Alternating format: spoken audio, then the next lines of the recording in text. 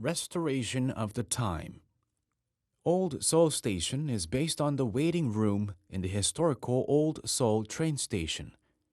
The artist scanned old press photographs of Old Seoul Station waiting room to transform a past location into a space upon which to layer photos with matching video depicting the present. The high-speed train in the video was synthesized into raw scenes shot in 2012 at the newly renovated Seoul Station. By juxtaposing traces of people and places both historic and contemporary, the artwork combines the virtual with reality and time passed with time passing.